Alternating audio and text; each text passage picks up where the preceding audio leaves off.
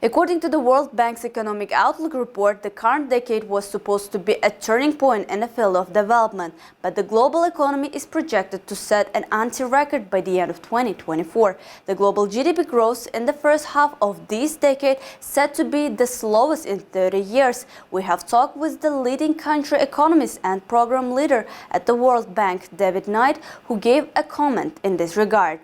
The global economic growth is projected to continue slowing for the third consecutive year in 2024, reaching 2.4%. This year, nearly 3/4 of a percentage point below the average of the 2010s. Emerging economies are expected to experience even slower growth, with a projected rate of 3.9%, more than 1 percentage point below the previous decade's average. Low-income economies are also facing challenges with a growth forecast of 5.5%.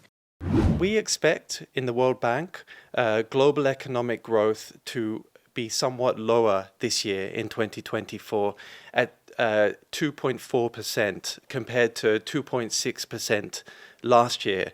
Now, while it's not a very large reduction, it is a concern because this will mark the third year running that the global economy has slowed down, whereas by now we had hoped that the recovery would begin to set in.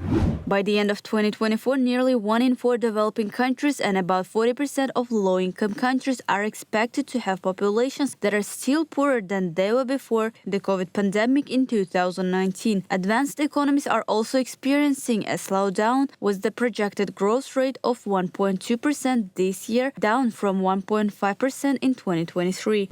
The slowdown globally is being driven by the lagged and ongoing effects of tighter monetary policy, which has been needed to control inflation, and also restrictive financial conditions and weak global trade and investments.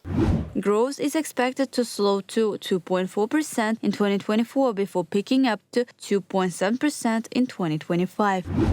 So thinking about Central Asia and Uzbekistan, growth in Central Asia was relatively good last year, and we expect Central Asia to continue to experience relatively good growth in 2024, albeit slightly lower than last year.